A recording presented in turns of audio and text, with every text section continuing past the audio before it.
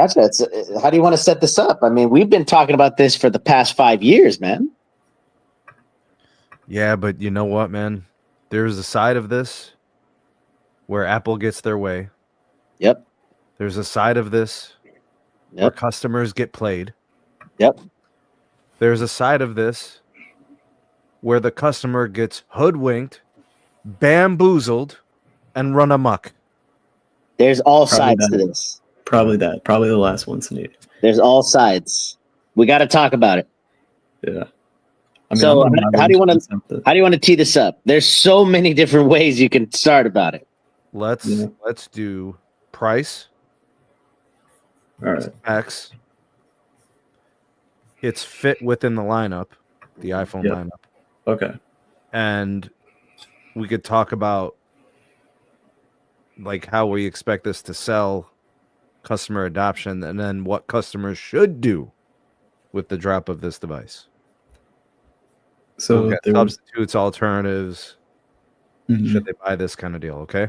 Yeah. I mean, there's some good. There's a lot of bad. There's a lot of head-scratchingly confusing with this one. I guess we'll go about it bit by bit. So really, yeah, really. Okay, give me the points on what's confusing. I'm very curious now. Well, I'm confused for a few reasons. So we've got a single camera on here. We've got a notch on here, which makes sense. It's a cheaper phone. Now, let's just remember here, this is $600, which is only $230 cheaper than the regular 16. And I mean, that's something, but you can tell they're trying to price it and position it in their lineup closely to the regular 16. So we've got the latest generation chip, the A18 chip. Now that's a plus. That is a plus. It's the latest chip. It does have one less GPU core than the A18 chip in the regular 16. So that's really it's on the bill of materials, right? Not much of a change, really. Not a huge deal. Apparently, amazing battery life. Now, here's something they try to do. They got one camera on this phone, and they're trying to market it as if you're getting two because it's like two cameras in one. They're trying to tell you get the 1X and the 2X.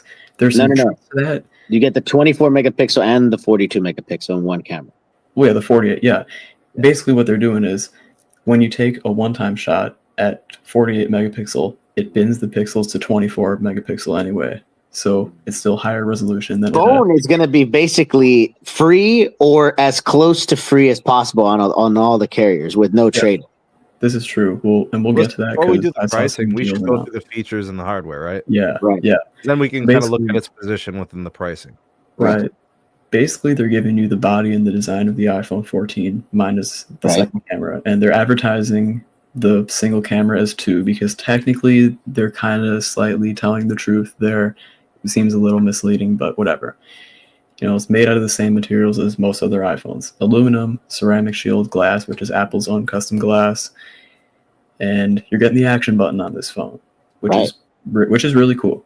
And honestly, it's probably cheaper for Apple to make an action button than it is a regular silencing switch because there's less mechanical parts moving. And it's kind of genius because it's better for us, the consumers, because you get more options on what you do with your phone. And it's cheaper for Apple, maybe by like 10 cents. You get USB-C, which of course you do, because it's last generation's USB-C. Yeah, it's USB 2, and the base iPhone 16 and the iPhone 15 also use USB 2 speeds. Only the Pro models get the faster USB support. Right. Now you're getting Face ID again, old reused parts, and I'm going to get into this later. Basically, whenever Apple makes an affordable product, it's just a mismatch of old parts. It's really all it is, and I find it strange that they say colors, we've got you covered, when this phone only comes in white and black.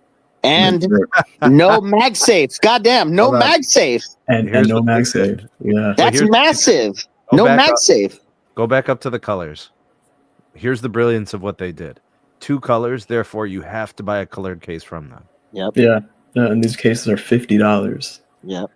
Bro, could you imagine that conversation that was being had at the boardroom when they were developing this idea? They're like, look, we're going to offer 2 colors, 2 base colors, and we're just going to sell the shit out of some cases. No MagSafe, though, dog. Bro, no wireless charging. Gotta go to the 16 for that. They give you wireless charging, just no magnetic charging. That's what I'm saying. Go to the 16 for it. You can do the regular Q1, QI or Qi1. Yeah. But I'm talking about the MagSafe, the wireless that they got. The one that attaches magnetically to the back. Not on the 16E. Not on this one. Sneed, you've talked before about how the way Apple innovates the most is by manufacturing costs. They just innovate to manufacture these things as cheaply as possible. Yes. Here's something that no one has ever told you. The iPhone SE, which they don't sell anymore, came in 3 colors. It came in black, it came in white, and it came in product red. Now, product red, Apple used to make a bunch of products in that color to support the red charity, which helped to fight AIDS and all kinds of medical research. And maybe I'm wrong, but Apple has stopped making red products completely. They don't sell a single red product anymore. So one of the ways they might be cutting costs is by saying, we're not donating to the red organization anymore. Just you're stuck with white or black. I mean, they don't even do a red case. They do pink now. Mm-hmm. I think what you have to understand, Max, is they have to do things that are different. Right? They know that the things of the past don't necessarily work in the future. So they're trying to navigate those waters. They've lost their dominant position because they've been complacent. And they just simply they haven't been able to get that pep back in the step. Dude, the phone upgrade cycle it's gotten the conversation about the upgrade cycle has gotten exhausting. Exactly. Everybody keeps saying this is when it's going to happen. This is going to spur the upgrade cycle. The hell it is. I'm telling you right now, this is not spurring the upgrade cycle, and we'll get into why. But that's your design, your colors, your Face ID. Screen, exact same screen as the iPhone 14. So it's got a notch, no dynamic island, and it's got thicker bezels than the regular iPhone 16 models. It's 60 hertz, and for most people, it's probably okay. It's a screen. It does screen things. It's OLED. It's kind of bright. It's got decent colors. It's perfectly mediocrely okay. Yeah, nothing bad about it except maybe the refresh rate. It's just a decent screen. Battery life, apparently it's going to be huge. Apparently it's going to be amazing. Now, part of the reason they're telling us that they're getting such good battery life is that modem. They specifically mentioned in their announcement video that because of this. I have a whole soliloquy I got to get to. Don't start the fire yet. Keep going. I know it. But all I'm saying is in their announcement video, they said the reason this phone gets such good battery is because this is quote unquote their most efficient modem ever. Now, I'm going to bring up something else. And they do this later on the webpage as well. They give you this comparison option. Look at the options for devices you can compare it to. It's actually, for some reason, not showing here, which is I find really weird. But you got this drop-down box. You can compare it with the iPhone 11, the iPhone SE2, the iPhone 12, the iPhone SE3, and the 12 mini. These are the options they're giving you to compare. You know why, right? There's a bunch of people with those phones right now. Exactly. But Moose, you see what this says about who Apple's targeting with this phone? They're targeting people that are using iPhone SEs, 11s, 12s. Right, because they're trying to do and they're trying to target people who want it, because people who are still holding on to phones like this probably don't want to pay $800 or $1,000.